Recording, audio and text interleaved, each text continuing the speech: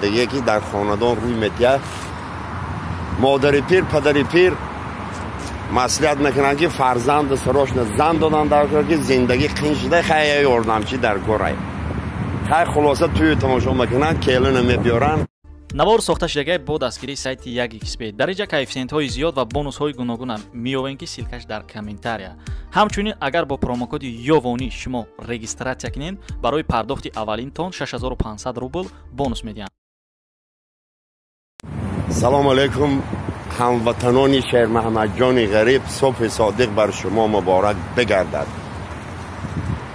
یک قصه پیشنهاد میکنیم درباره زندگی که در خاندان روی میتیه مادر پیر پدر پیر مسئولیت میکنن که فرزند سراش زن دادن در کار که زندگی قین شده خیلی یاردمچی در گرای خیلی خلاصه توی تماشا میکنن کیلن میبیارن.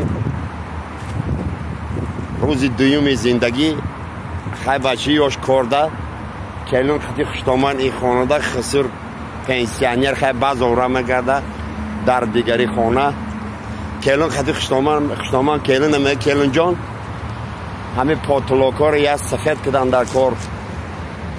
خب همه جان چیکار کدن در کار؟ کراسکه هسته؟ ها گفته کراسکه هسته شاتکه نداره. حاضر گفته رفته ریشای خسر همه قایچه خطی بوستراش کده آمده شات کده پاتلاک سفید کده خشتامان دیده گفته رحمتی خدا دیستوید ترنه همه کیلنی به قدر مادرست. خیلی با میشینن لحظه های با خشتامان طرف کیلن نگاه میکنم میگه کیلن جان همه تریزه ها رو کراسکه کدن در کار شاتکه نیسته. گفته یه مینوت میره کراچو بروت های خسر رو قیچه میکنه میاره نرم کستیچکه میکنه تریزه ها رو کراسکه میکنه. خشتامان میگه آفرین دیستوید ترنه همه خداوند ما رو کیلنی به دست و پنجه داده بوده. خیلی بگهی میشه سغیره ای کار میای نگاه میکنه آتا در تاری درخت شده در تاری درخت